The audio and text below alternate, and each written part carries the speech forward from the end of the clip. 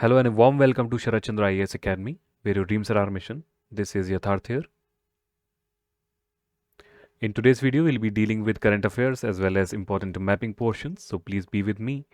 Let's start with the first news, that is RBI's guidelines on state guarantees on borrowings. So there are a few important things in the definition itself or the heading itself. The definition of state. What is state? The second thing is, what are guarantees? And the third thing that can directly be asked in the prelims is, what is borrowings? How do we define borrowings? So let's see the news. Everything will be cleared out in the news. So recently a working group constituted by the Reserve Bank of India. And these are the small portions from which questions, statements can be made. See, Reserve Bank of India RBI can form a working group. Alright, so this statement is true or not? So it's a true statement. So made certain recommendations to address issues relating to guarantees extended by the state government. Now another statement can come that let's say working group created by RBI can make certain recommendations, yes or no, and are they binding on the state? Alright, so such things can be asked.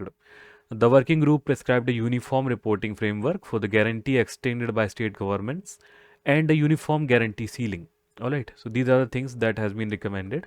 Just a second. Alright. Beside expanding the definition of what constitutes a guarantee. So as per the apex banking regulator, that is RBI,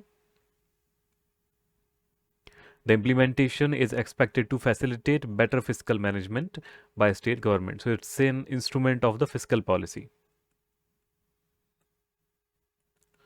Alright. Now the first thing that we see is what constitutes a guarantee. Alright, so we must define a guarantee. So a guarantee is a legal obligation for a state to make payments and protect an investor or lender from the risk of default by the borrower. So as per the Indian Contracts Act 1872, it is a contract to perform the promise or discharge the liability. A liability is also very important. Alright, what are liabilities? Liabilities are something that you are supposed to pay. Just a second. Of a third person in case of his default. The contracts involves three parties: the principal debtor, the creditor, and the surety. Alright, so this is a guarantee.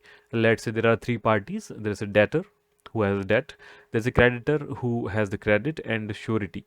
Alright, so this is the guarantee person. Let's talk about RBI meanwhile. What is RBI? RBI is Reserve Bank of India. It was established on 1st of April 1935. So it's a pre-independence thing. And established under the Reserve Bank of India Act 1934.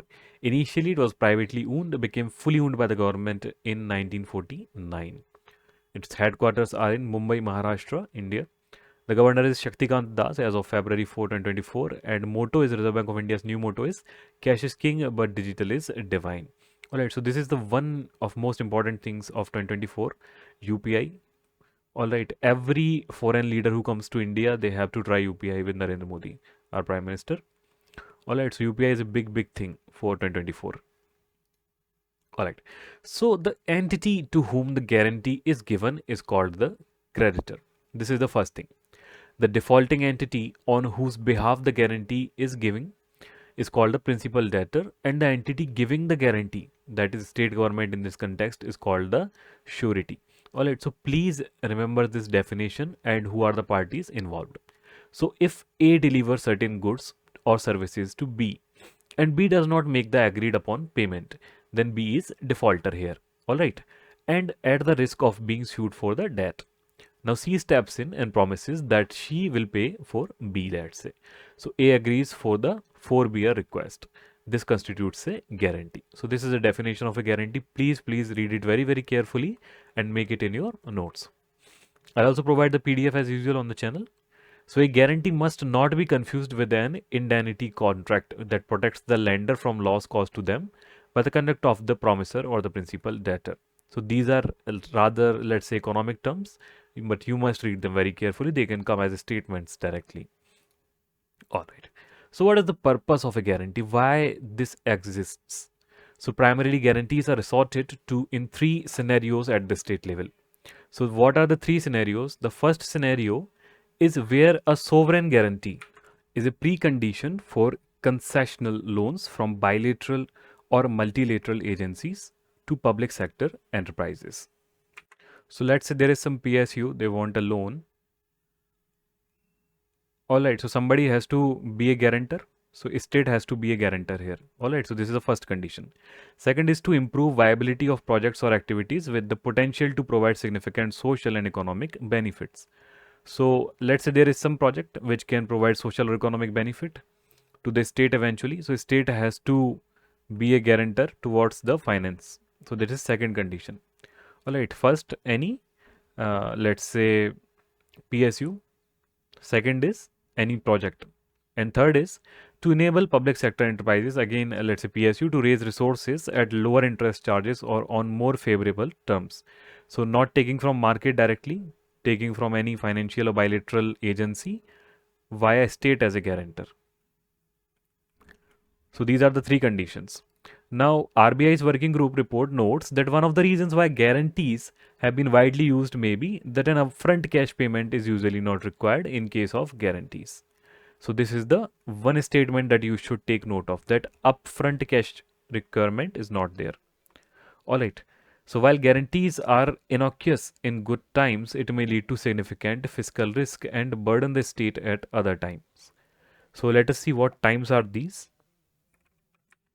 So this may eventually result in unanticipated cash outflows.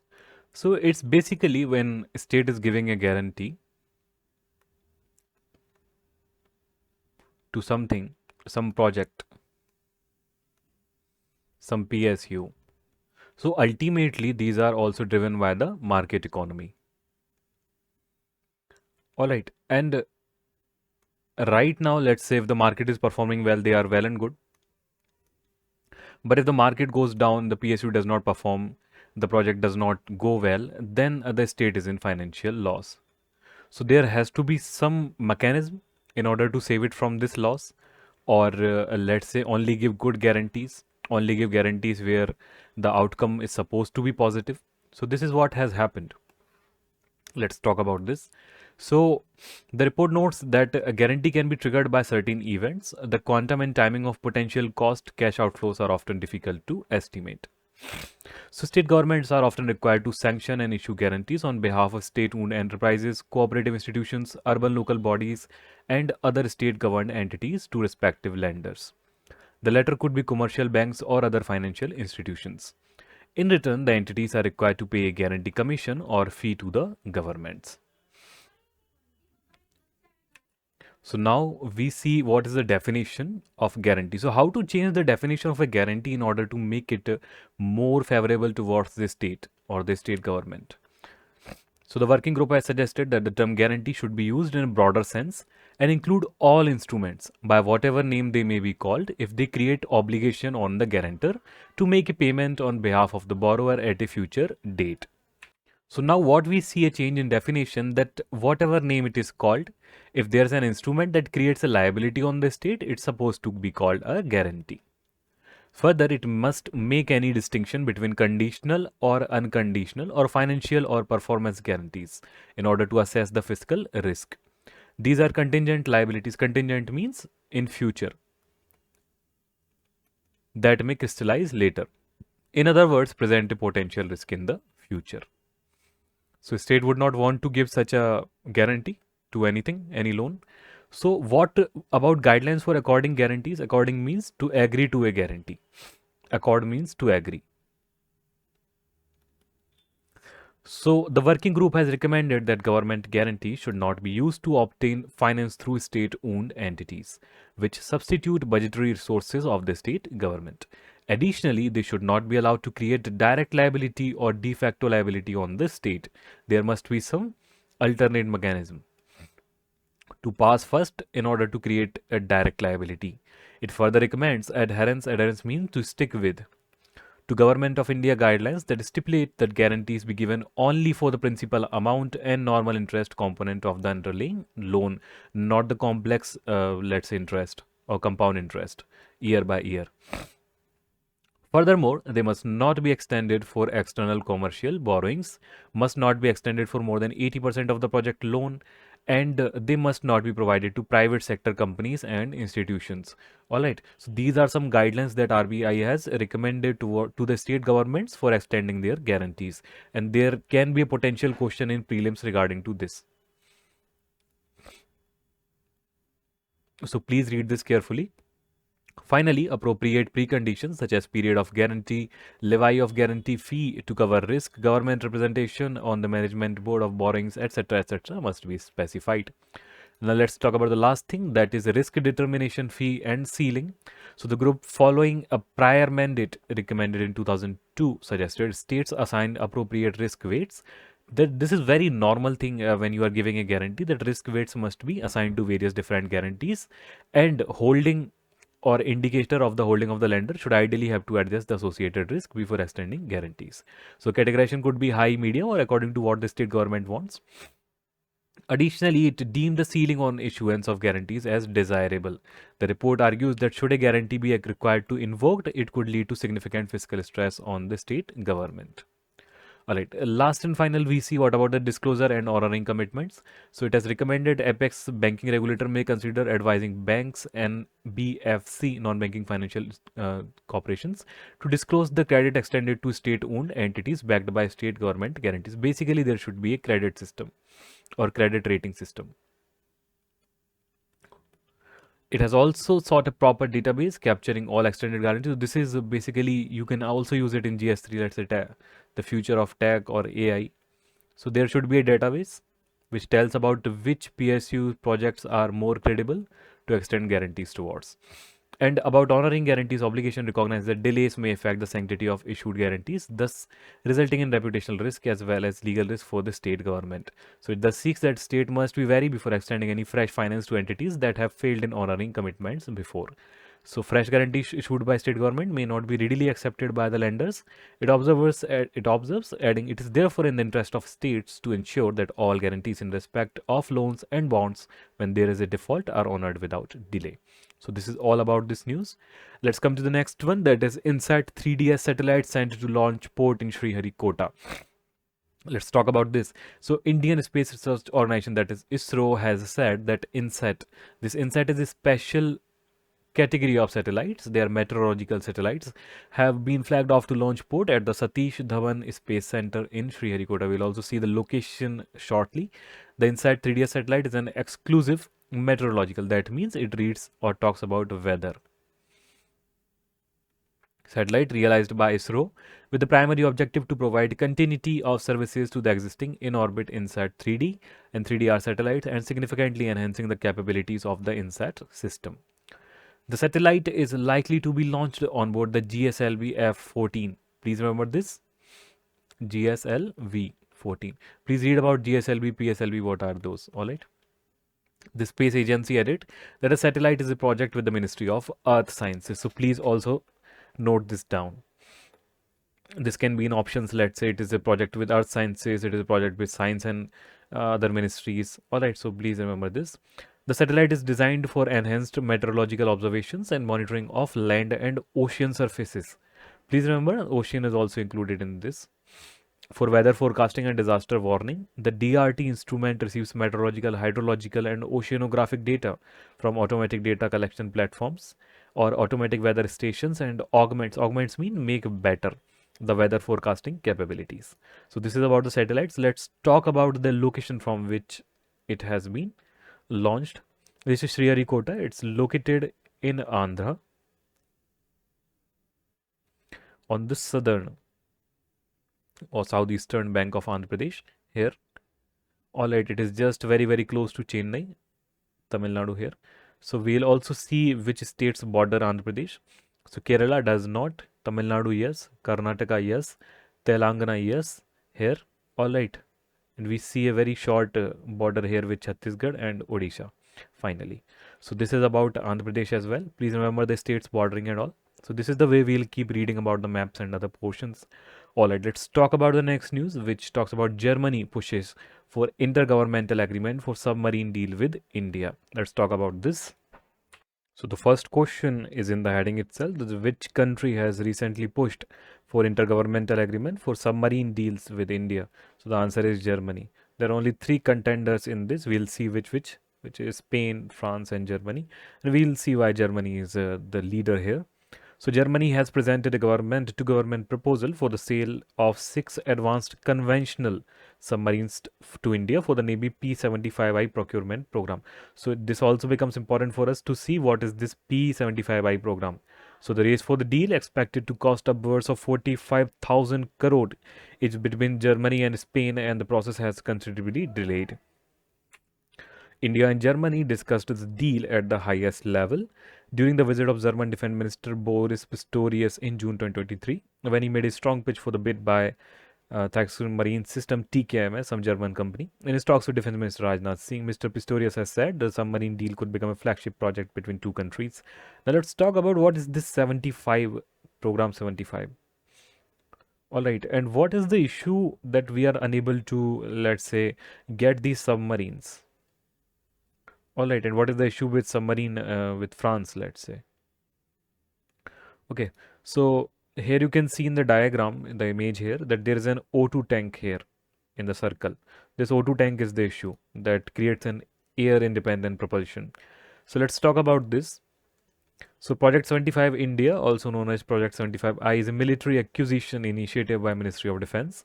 The initiative aims to procure diesel-electric attack submarines with fuel cells and air-independent propulsion system, that is AIP.